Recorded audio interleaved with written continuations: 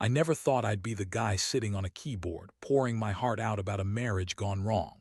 My name is Jake, and I was married to Melissa for nearly 6 years. To the outside world, we looked like the perfect couple. I was the hardworking husband, and she was the bubbly wife, always smiling and making friends. But beneath that facade, things had started to shift, and I knew it. It began with the little things, subtle but noticeable enough that they pricked at my gut. Melissa was always on her phone, laughing at something that seemed far funnier than our mundane conversations. There were late nights when she claimed she was working on her YouTube channel. While I supported her passion, it was also a bit annoying because I was the one home making dinner while she was off filming herself doing makeup tutorials or whatever else those influencers do these days. I'd catch glimpses of her vlogs, prancing around the house, chatty and carefree, but it felt like I was watching a stranger. Then there was the shift in her schedule. She started going out more with friends from her channel, and when I asked about them, she'd get defensive. "You wouldn't know them, Jake. They're just a bunch of girls I met online." It sounded innocent enough, but that spark in her eyes when she talked about them sent off alarm bells in my head. I had to admit, I started feeling a bit more isolated.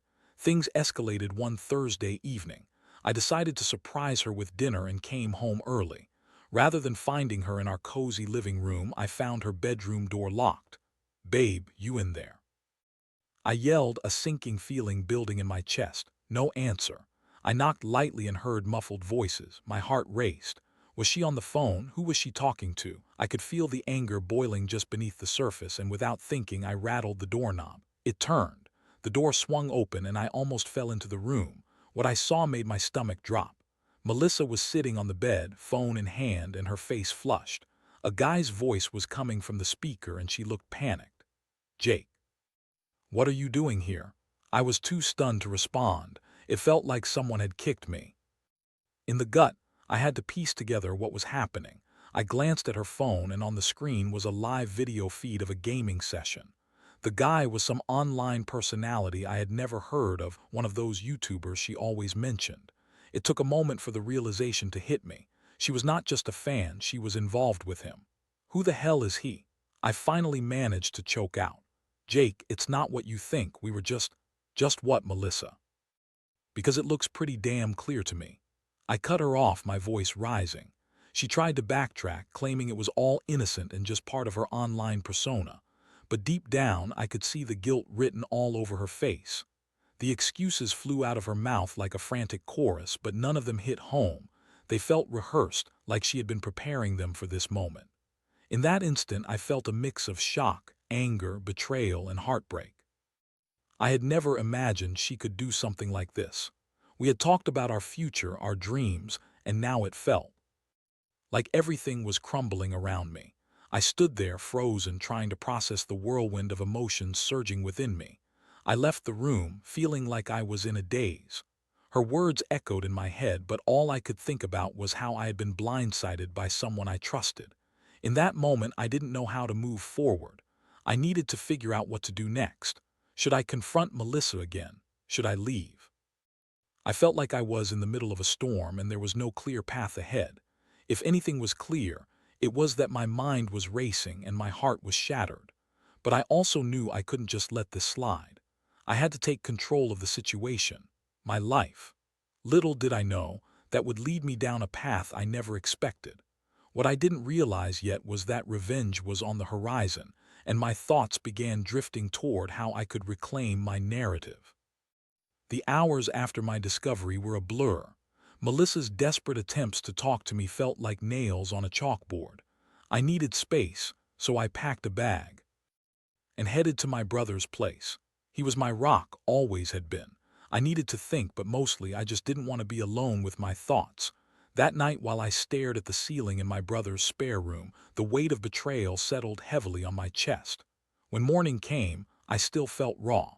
I couldn't get the image of Melissa's face when I walked in on her out of my head. I kept replaying the scene like a broken record, dissecting every minute detail. I felt stupid for not noticing sooner, but more than anything I felt furious. Furious at her for cheating, furious at myself for being blinded by love. Over breakfast, I told my brother what happened. He listened intently, his brow furrowed with concern. "Dude, that's a lot to handle. Are you okay?" "I don't know, man. I feel like I don't even know who she is anymore," I admitted. "She acted like everything was fine. I don't get it." "People do messed up things when they think no one's looking. You deserve better than that," he said, pushing his plate aside. "You should confront her again and figure out what you want to do." Confrontation was the last thing I wanted, but I knew I couldn't just ghost her. We had a life together. I headed back home, my heart racing as I pulled into the driveway. The house felt like a haunted shell filled with memories of better times. I took a deep breath and walked inside. Melissa was sitting on the couch, her expression a mix of anxiety and hope. "Jake," she said softly, "I'm so glad you're back. Can we talk?" "Yeah, we need to talk," I replied, my voice steady but cold. I sat down across from her. She looked like she was about to cry, but I didn't feel sorry for her. I was done with being the sympathetic husband. I needed answers. "You really think I'd just walk away after what you did? I want to know everything, Melissa. Who is he? How long has it been going on?" She hesitated, her eyes darting around the room like she was searching for the right words. "It was just a few months. I didn't mean for it to go this far. I thought it was just harmless fun." "Harmless fun? You think cheating is harmless?" I shot back, incredulity spilling from my tongue. "It's like you were living a double life." "I wasn't trying to hurt you, Jake. I just got caught up in it. He's charming, funny, everything I thought I was missing," she pleaded. Her excuses were pathetic, and I felt anger surge within me. "What you thought you were missing? You think I haven't given you everything? This is what you wanted." "I don't know, I just—" "Stop." I interrupted, my voice echoing in the silence. "You don't get to make this about me. You made your choice, and now you have to live with the consequences." Melissa looked crushed, and for a moment I felt a flicker of empathy. But then I remembered the betrayal, the laughter she shared with someone else, and it faded away. "If you really cared about me, you wouldn't have done this. You knew how much I loved you." I know, I messed up," she said, tears streaming down her cheeks. "I'm so sorry." "Sorry doesn't cut it. You had your fun, Melissa, and—" "Now it's my turn to take control," I said, feeling a rush of determination wash over me. I could see her heart sinking, the reality of the situation finally settling in. "What does that mean?" she asked, fear creeping into her voice. "It means I'm done with your games. This isn't just about you now. You've dragged me into your mess. I want to reclaim my narrative in all this," I said, feeling a sense of empowerment I hadn't felt since before I walked in on her. The conversation spiraled from there. I laid out my feelings, my anger, and my desire for respect. I told her I couldn't forgive her, not now and maybe not ever. I could see the realization dawn on her that our marriage had shifted irreparably. Maybe she was beginning to understand the gravity of her choices. After hours of emotional back and forth, I made my decision. I wouldn't just accept this betrayal, I would channel it. I wanted to tell our story, but on my terms. I was tired of being the quiet husband who supported his wife's dreams while she made a fool of me. I'd start my own channel, not for makeup or lifestyle tips, but to expose the truth, to reclaim my voice. I would show the world the real Melissa, not the bubbly influencer she presented to her followers, but the woman who cheated on her husband. I'd pull back the curtain and let everyone see who she had become. The time for silence was over. I felt a rush of adrenaline course through me. "I'm not just going to sit back and let this happen. I'm going to take control. You'll see," I told her, my resolve hardening. The look on her face was a mix of horror and disbelief, but I felt a sense of clarity. This was my moment to reclaim not just my life, but the narrative of our story. Little did I know how deep into this I would have to plunge to make my point, and what it would cost both of us in the end. After that intense confrontation, I spent the next few days in a haze, but one thing was clear. I needed a plan. I dove headfirst into researching how to start a YouTube channel. I had never thought about being a content creator, let alone one focused on drama and intrigue, but revenge has a way of sparking creativity. The thought of exposing Melissa, of reclaiming my story, became an obsession. I started by watching videos on how to grow a channel. I learned about lighting, camera angles, and even script writing. It was surreal, but I found a strange sense of empowerment in it. I was no longer just the wronged husband. I had a mission. I wanted to show the world the woman who had deceived me and how her online persona was nothing but a facade. I set up a basic setup in my bedroom, just enough to get started. I borrowed a decent camera from my brother and used my laptop to edit my videos. I carefully crafted an introduction where I explained my background and what I was about to do. I wanted to keep it genuine, raw, and unfiltered. I wasn't going to sugarcoat anything. With each passing day, I wrote scripts detailing my experience, focusing on how Melissa had betrayed me, her lies, and how her YouTube presence had been a cover for her infidelities. I made sure to keep my tone conversational and candid, as if I was sharing my story with friends. I wanted my audience to connect with me emotionally and understand the depth of my pain. Finally, after about a week of preparation, I uploaded my first video. I titled it "When Your Wife Cheats with a YouTuber, My Story." I felt a mix of anxiety and excitement as I hit publish. The video was raw, honest, and filled with my emotional turmoil. I shared how I had caught her, her excuses, and how I was ready to reclaim my life. In the days that followed, I watched the views trickle in. Surprisingly, they began to rise. People were commenting, sharing their own stories of betrayal, and expressing their support. I felt a sense of community forming, a band of people who understood my pain. It was cathartic, and the more I shared, the more my anger turned into a powerful narrative. But with the rise in views came the inevitable backlash. Melissa started to notice. She texted me, demanding to know what I was doing. "Jake, you can't just air our dirty laundry like this. You're ruining my reputation." I was unfazed. "You did that yourself, Melissa. You had your chance to be honest. Now it's my turn." The more I posted, the more I felt released from the chains of my previous life.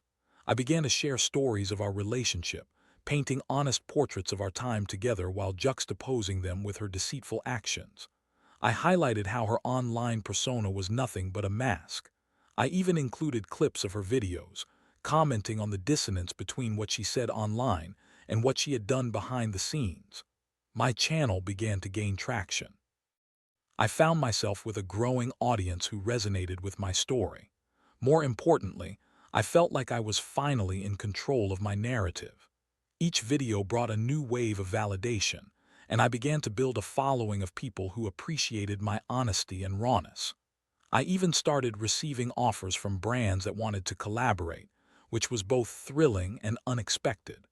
But with each video, my relationship with Melissa deteriorated further.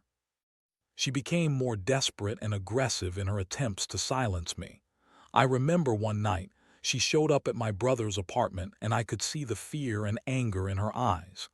"Jake, please, this isn't just hurting me, it's hurting you too. You're dragging both of us through the mud," she pleaded. I looked at her, feeling a mix of conflicting emotions. On one hand, I felt sympathy. On the other, I was resolute in my mission. "You made your choices, Melissa. I just want people to know the truth. You can't expect me to stand by while you pretend to be someone you're not." She started to cry, and for a second I felt the urge to comfort her. But then I remembered the lies, the betrayal, and the countless nights I spent alone while she was out with someone else. "I wish it had been different," I said, trying to keep my voice steady. "But you made that decision." In the end, she left in tears, and I felt a flicker of guilt. It lingered just long enough to make me question myself, but I quickly brushed it aside. I was on a trajectory now, one that was leading me toward a kind of vengeance I hadn't anticipated. As my uploads continued, I decided to give my audience what they wanted. I would connect with others who had gone through similar situations. I began inviting guests to share their stories of betrayal. The channel transformed from just my story into a platform for others, creating a community where people could openly discuss their experiences. However, I also knew Melissa wouldn't sit idly by, and sooner or later this would spiral into a confrontation neither of us was prepared for. It was clear that as my channel grew, the stakes were rising. I was stepping into uncharted territory, and I was bracing myself for whatever would come next. As my YouTube channel continued to grow, so did the tension between Melissa and me. Each new video not only propelled my follower count upward but also escalated her desperation. I could see the toll it was taking on her. She was unraveling, and part of me felt guilty for being the catalyst of her decline. But the other part, the part that had been hurt and betrayed, screamed that she deserved this. The comments under my videos reflected a growing concern for Melissa, with many viewers expressing sympathy for her while supporting my journey. "Why don't you just let it go, Jake?" they'd say. "She made a mistake. You should move on." But moving on was not an option for me, not yet. I felt a sense of purpose, a drive to reclaim my narrative, to make it clear that infidelity has consequences. One evening, I was sitting at my laptop, editing the latest video where I'd invited a guest who shared her story of being cheated on by her husband. We discussed the emotional fallout and the importance of reclaiming self-worth post-betrayal. I felt invigorated, as though I was part of something bigger than myself. I was able to help others while also processing my own pain. That night after I posted the video, I received a call from my brother. "Hey man, have you seen the latest comments on your channel?" "No, what's going on?" "It's getting heated. Melissa's fans are starting to fight back. They're saying you're being manipulative and that you're just trying to destroy her reputation because you're hurt." I leaned back in my chair, contemplating his words. Of course, Melissa had fans. She had built a brand around her image, and now they were rallying in her defense. "I'm not trying to destroy her, I'm just telling the truth," I said, frustration lacing my voice. "Just be careful, Jake. Sometimes the internet can turn on you," he warned, concern evident in his tone. I brushed off his warning. I had my supporters and I had a purpose. But I knew he was right about one thing: the backlash could be fierce. A few days later, Melissa showed up at my brother's place again, this time with a different approach. Her face was puffy from crying, but there was a fire behind her eyes. "I can't keep doing this, Jake. The comments are tearing me apart," she said, her voice trembling. "Welcome to the reality you created, Melissa. This is the fallout from your choices," I replied, my tone cold. "I'm asking you to stop. Just cut the videos. We can work through this, I promise." I felt a pang of something, maybe sympathy or maybe just the remnants of love. "What makes you think I'd want to work through this? You've shown me who you are." "I was wrong, I was stupid, but I still love you, Jake," she pleaded. Those words hit me hard. Love. It was a word that used to hold so much weight between. But now it felt like a thin veil over the truth of her actions. "You don't get to say that after what you did. You betrayed me." She seemed to collapse under the weight of her own words, and I felt a flicker of desire to comfort her, but I held my ground. "You can't expect me to just forget the pain you've caused," I said. "Please, I'll do anything. I'll make an apology video. I'll tell the truth. Just stop posting." The suggestion hung in the air, and I could see the desperation on her face. But the thought of her apologizing felt too easy, like she was trying to pull a fast one on me. "You think an apology is going to fix everything. It's not a magic wand, Melissa. This is deeper than that." Her shoulders slumped, and I could see the tears spilling down her cheeks. "I never meant for it to get this far," she whispered. "Maybe you should have thought about that before you started playing games." I watched her walk away, defeated and broken. It was hard to watch, but I reminded myself that I was standing up for myself. I was reclaiming my narrative. The more I pushed forward, the more it felt like I was gaining control over a story that had spiraled out of my grasp. After that encounter, I doubled down on my content. I created more videos about the emotional toll of infidelity, the lessons I was learning, and strategies for self-healing. I even started a series dedicated to empowering men who had been cheated on, sharing resources and inviting guests to offer advice. I wanted to create a community that didn't just focus on the betrayal but also on recovery and moving forward. But then the unexpected happened. One of my videos went viral. It was a deep dive into the psychology of cheaters, spotlighting behaviors and traits that often go unnoticed. It resonated with so many people, and overnight I gained thousands of subscribers. The influx of support was invigorating, but it also brought with it a dark undercurrent. Melissa's fans were furious, and the comments turned even more hostile. "Who do you think you are, ruining her life?" they'd say. "You're just bitter." I had never intended for any of this to escalate to this level. But the energy was almost intoxicating. I felt powerful, as if I was finally in control of my own narrative. But as my channel expanded, I began to realize that revenge can sometimes come with unintended consequences. I started to receive messages from people who had been hurt by my videos, telling me that I was perpetuating a narrative of pain and bitterness. They claimed my channel was toxic, and some even suggested that I was becoming as bad as Melissa. That struck a chord. Was I becoming a villain in my own story? Was I losing sight of the reason I started this journey? I took a moment to reflect on my motivations, and it made me question what I was doing. I realized that while I wanted to expose Melissa, I didn't want to lose myself in the process. I decided it was time to pivot the focus of my channel. I could tell my story, but I wanted to do it in a way that encouraged healing and self-discovery for both myself and my audience. As I planned my next video, my phone buzzed with a notification. It was a direct message from Melissa. "We need to talk again. Things have gotten out of hand." I took a deep breath as I read it. The stakes were rising, and I knew this conversation would be pivotal. Whatever came next, I had to be prepared for the fallout. The drama was intensifying, and I could feel the tension creeping in. I didn't know if this would lead us to a resolution or if it would spiral further into chaos, but either way, I knew I had to face her one last time. I spent the next couple of days wrestling with the decision of whether or not to meet Melissa again. I was still grappling with the emotional fallout of everything that had happened.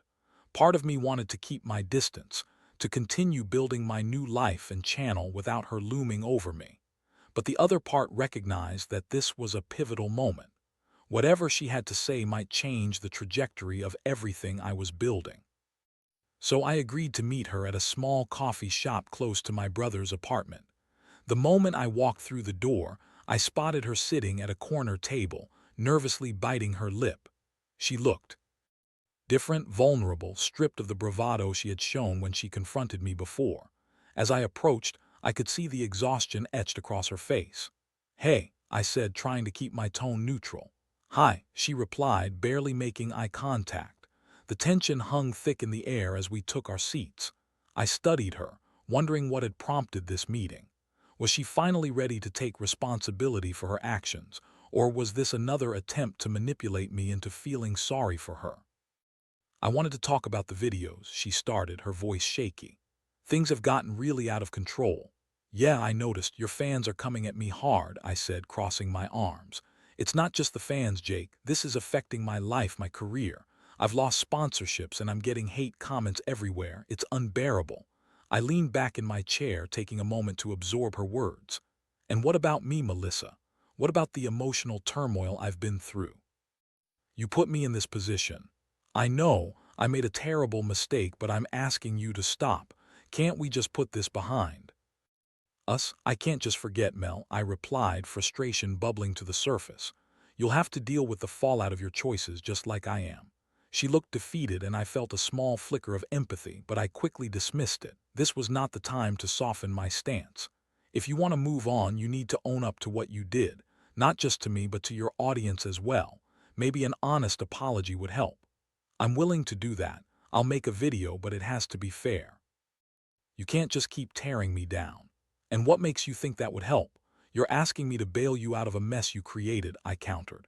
"Because I genuinely want to take responsibility," she insisted, desperation creeping into her voice.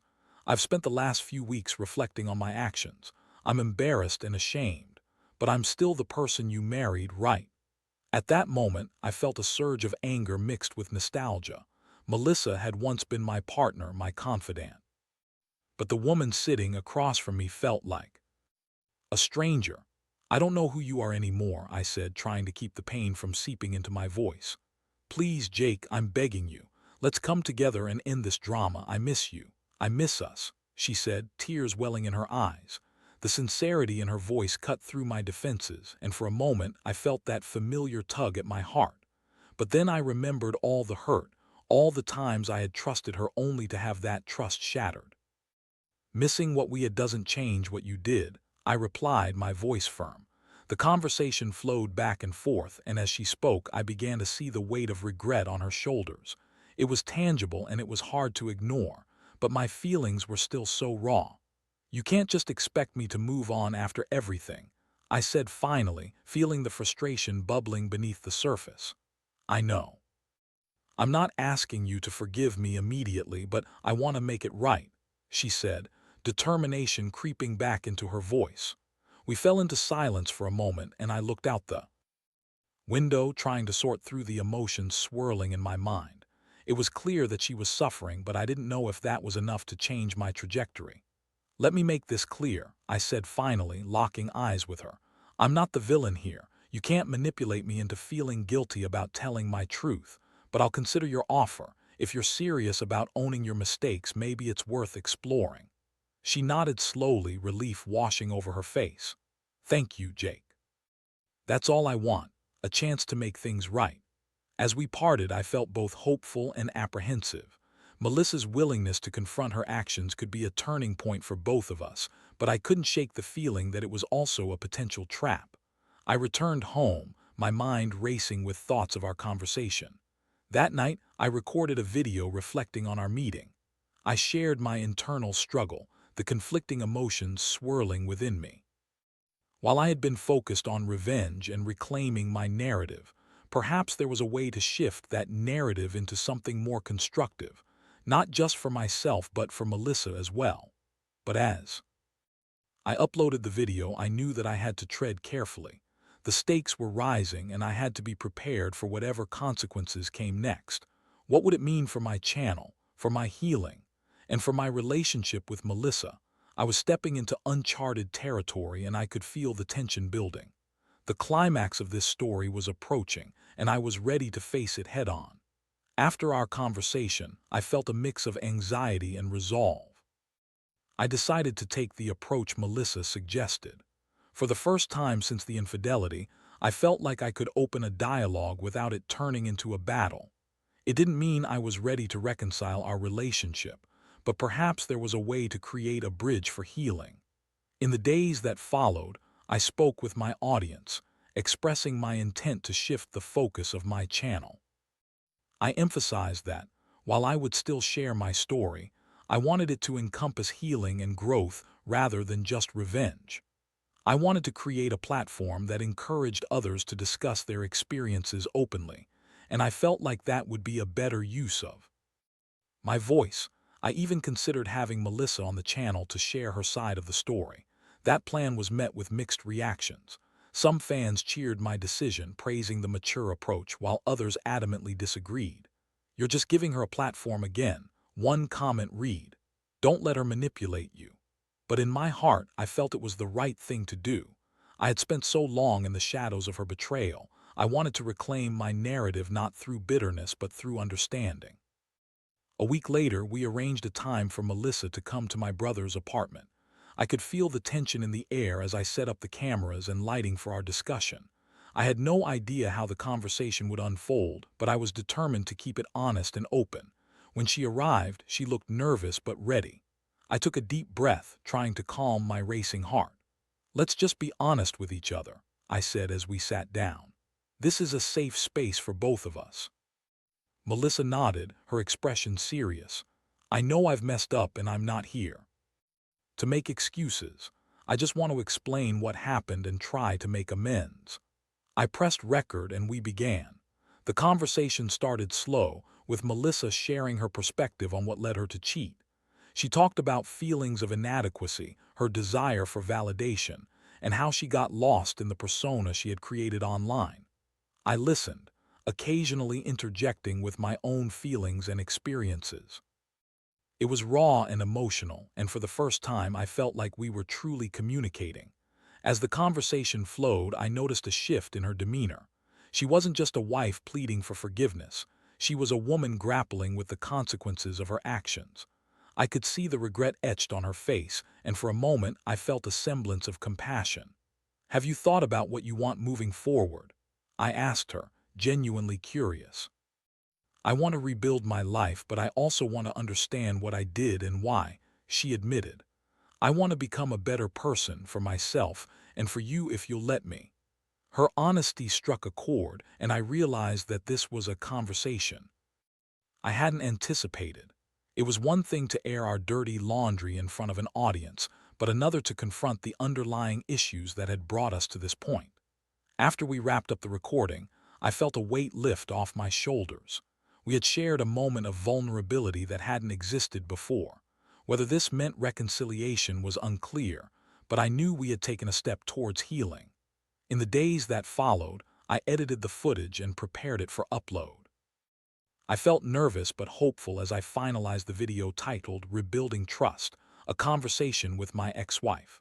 The response was overwhelmingly positive, with many viewers expressing admiration for our honesty and vulnerability. However, the drama didn't end there. Some of Melissa's fans were furious, claiming I was exploiting her for views. "You're just going to hurt her again," one comment read, but I stayed true to my mission.